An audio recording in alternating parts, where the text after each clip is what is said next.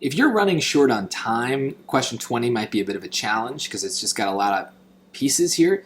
But ultimately, it's just about lines. So we can always kind of use y equals mx plus b as our kind of anchor for the question. So it might not hurt to just write it out. So we've got it out of our heads and on the page. So let's just take this one step at a time. There's a lot of information here. So the graph of the linear function f is shown in the xy plane above. Duh. It's there. We see it. That's a useless sentence that doesn't tell us anything that we wouldn't have just assumed. The graph of the linear function g, not shown, is perpendicular to the graph of f and passes through the point 1, 3. Okay, so that's two pieces of information. Let's take them one at a time. Okay, so the perpendicular thing is a case where we're going to need to memorize a formula. We need to know how the slopes of perpendicular lines look. First things first, let's find the slope of line f. So we can do that using rise over run. Right, so we take 2 points and then we rise and we run. So I like to start with the y-intercept if I can. It's just a habit, it's fine.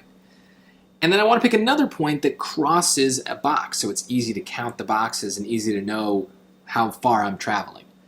So in this case, the rise is actually negative, right? Because if I were to try to get from this y-intercept to this other point, I go down 2, negative 2, down 2 boxes.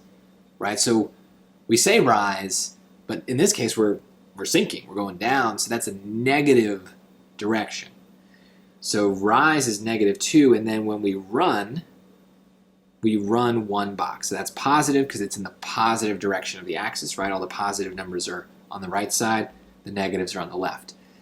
So that's the easy way to find the slope, just by counting the boxes. If you're unsure, you also have the more precise slope formula, right? You can do y1 minus y2 over x1 minus x2, and you can plug in these 2 points and figure that out. I'm not going to waste your time.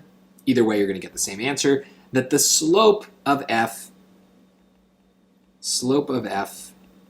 is negative 2 over 1. Let's leave it as negative 2 over 1. Okay. So now we need the slope of g. Okay, and the slope of g is going to be perpendicular to negative 2 over 1. So here's how we find a perpendicular slope. We flip the fraction and we reverse the sign. We flip it and reverse it. So we flip it so that it becomes 1 over 2, and we reverse the sign. So even though negative 2 over 1 is negative, the perpendicular slope is going to be positive. And that should make sense, right? Because a perpendicular line is going to cross another and form a right angle. So if one line is going up, the other needs to be going down so that they're perpendicular, right? So one is going to be positive, one is negative. That might be easy to remember. The other piece, though, of flipping the fraction is a little harder to remember. You got to memorize it. No other way about it. So once we have the slope of g, since we know it's also a line, we can create a y equals mx plus b equation here. Let me just kind of get a little more space. So if we were to write it in function form, g of x is equal to mx plus b. But if that's confusing to you, that's really just no different than y equals mx plus b, like we wrote before. Doesn't matter. Either way, our job is to plug as much information as we can into these 4 letters so we can find any missing pieces. So we know the slope is a half, so that's m. And we were also told before that the point 1, 3 is on the line.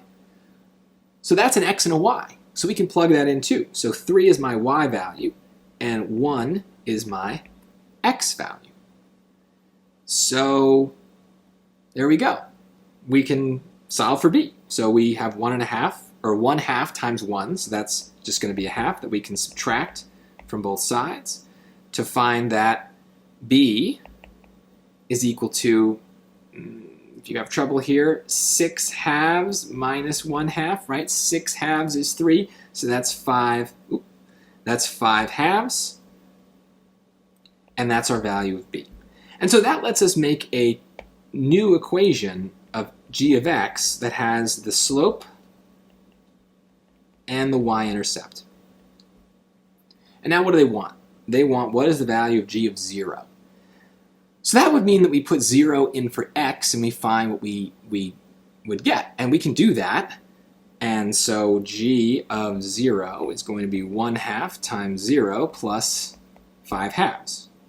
Well, 1/2 of 0 is 0, so g of 0 is just 5/2 or 2.5. If we want to write it as a decimal, that's fine too. So we found that when we were finding the y-intercept, we maybe didn't know that, but that's what we were looking for, because a y-intercept is where x is 0, and this is a fancy way of asking for that point. So look, yeah, there's a lot of pieces here.